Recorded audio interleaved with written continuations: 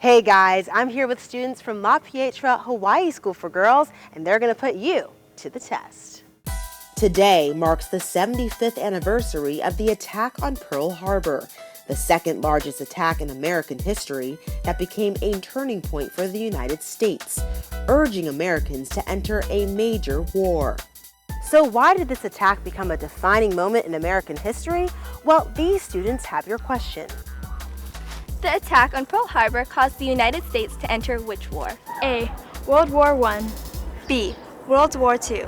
C. The Korean War. Or D. The Vietnam War. You have 10 seconds. 10, 9, 8, 7, 6, 5, 4, 3, 2, 1. Time's up. The answer is B. World War II. World War II, which started in 1939, divided much of the world's power into two groups, known as the Allies, led by France, Britain, and the Soviet Union, versus the Axis, led by Germany, Italy, and Japan. And for 2 years, the U.S. had stayed out of it. But that all ended on December 7, 1941. Just before 8 a.m., the Japanese surprised the United States and attacked Pearl Harbor. Pearl Harbor is an American naval base located on the Hawaiian island of Oahu. Dorinda Nicholson, who was only 6 years old at the time, remembers it well. The noise is deafening. And then our house started to shake, and we looked up and we saw airplanes just barely above the trees and barely above our house. And you could see the pilots. I mean, they were that close. And this is what I have left. Just pieces of shrapnel. Dorinda found these pieces of metal and leftover bullets on her front lawn. In less than 2 hours, nearly 200 American planes were destroyed. 21 ships, including 8 battleships, were damaged or destroyed, and more than 2,300 Americans died that day.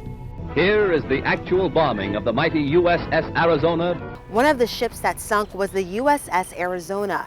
During the attacks, it completely submerged underwater behind me, and now there's a memorial above it honoring the lives that were lost that day. Seaman First Class Ray Chavez had just finished a shift, and he rushed over to help. All the harbor was on fire. All ships were smoking black smoke because the Japanese had torpedoed and bombed. At 104 years old, Chavez is known as the oldest living survivor of the attack. I saw what all the men that were lost and all the ships that were sunk. December 7th, 1941, a date which will live in infamy. Following Pearl Harbor, President Franklin D. Roosevelt asked Congress to declare war on Japan, and on December 8th, Congress agreed. 3 days later, the U.S. also declared war on Germany and Italy, joining the Allies. After the attack, Dorinda had to carry around this gas mask as a child. It was part of the drills they had to do just in case another attack happened. The story of war affects everyone, and especially those who were civilians and kids. Today, most people here in Hawaii are reflecting on honoring the past and finding ways to feel inspired about the future. It's still something that we do talk about, and we have a unique opinion on it here because this is where it happened. It's not just like learning about wars being fought thousands of miles away. We should kind of like put down our phones a little bit and kind of like sit back and reflect on why it was important. Chavez, along with dozens of other World War II veterans, have traveled to Hawaii to be honored at a memorial today. I'm very proud to serve and help, and quite a few people have told me that I inspired them. As the country remembers a day that changed the world. Arielle Hixson, Channel 1 News. Hi, it's December 8th, and I'm Arielle Hixson in Honolulu, Hawaii, here to honor the 75th anniversary of the attack on Pearl Harbor. Hundreds gathered yesterday to mark the day and pay tribute to the veterans who served and those who lost their lives. Jets, battleships, salutes, Then a moment of silence, all part of a memorial 75 years in the making. It was on December 7th, 1941, when Japan attacked the Pearl Harbor Naval Base in Hawaii and pulled the United States into World War II, the deadliest war in history. Those who fought and those who died were honored yesterday. That we were defeated by our enemy for a moment does not diminish the nobility of the sacrifices made by Americans that day for the sake of duty, honor, and country. How does it feel to be back here 75 years later? Well, with this crowd, it's kind of overwhelming. Just to pay homage to the people that didn't make it. Sorry, I'm sad about that. I feel it's good to honor our veterans because of how they put their lives on the line for us and protected our country. It's important to know about it, especially at a young age, because you weren't there to see it. So the more you learn about it, the more you know what really happened and how it was so significant towards us. Now, to get a feel for how Pearl Harbor went down, most rely on museums and tours to remember the past. But one young person wants to hear directly from the source. We met up with a teen who traveled all the way from his home in California to Pearl Harbor for the memorial, just to meet his heroes up close. Thank you so much, Mr. Block. This is 19-year-old Rishi Sharma. While most teens fan over athletes, movie stars, or musicians, Rishi lights up when a World War II veteran walks in the room. This is the same generation that put man on the moon and created an era where the only records there are broken ones. And now they're all in their 90s and they're dumped in senior homes and they're widowed and they have no one. And people don't realize that these men are walking history books and that these are the heroes who literally saved the world. Rishi made it his mission to interview a World War II veteran every day. So far, he's interviewed just under 200. For Rishi, college, a job, and even dating have taken a back seat. Right now, it's all about honoring the few stories left of some of the bravest men in American history.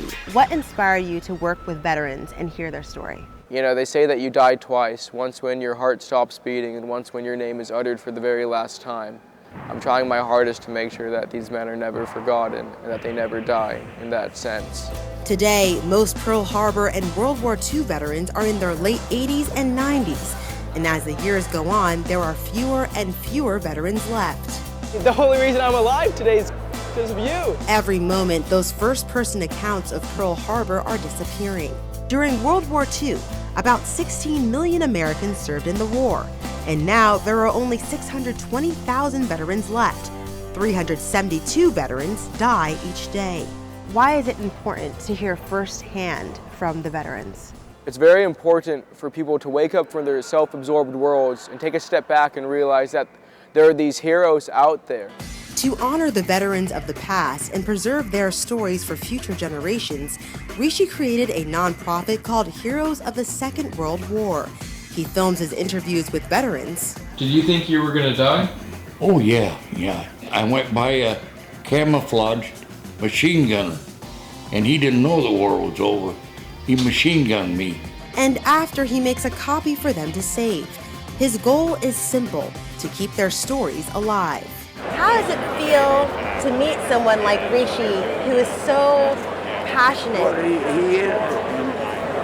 I believe he's sincere about what he says. I go to college and high school and speak and tell them about the experience I've been through and all like that. And I hope they can understand what it means to have somebody to protect this country. That's what I was doing. It's good to know and still be alive to know that you did a part in the freedom that we all enjoy. Rishi eventually hopes to expand his efforts, getting people involved nationwide with his initiative Become Friends with a World War II Veteran. It's almost like Adopt a World War II Vet program. So these volunteers take the men out to lunch or dinner. They go to spend time with them, just to hang out. They'll give them a call, talk to them for a couple hours, and they'll just be there for them, because no one else is. He also urges others to pick up a camera and interview a veteran themselves. I think that is a double benefit because it gives them someone to talk to and it gives them a friend. Keeping history alive, one story at a time. To learn more about Rishi's cause and how you can make a difference in the life of a World War II vet, go to channel1.com. All right, guys, that's it from us here in Hawaii. After the break, Tom Hansen takes over from the Channel 1 News studios with a look at who is this year's Person of the Year.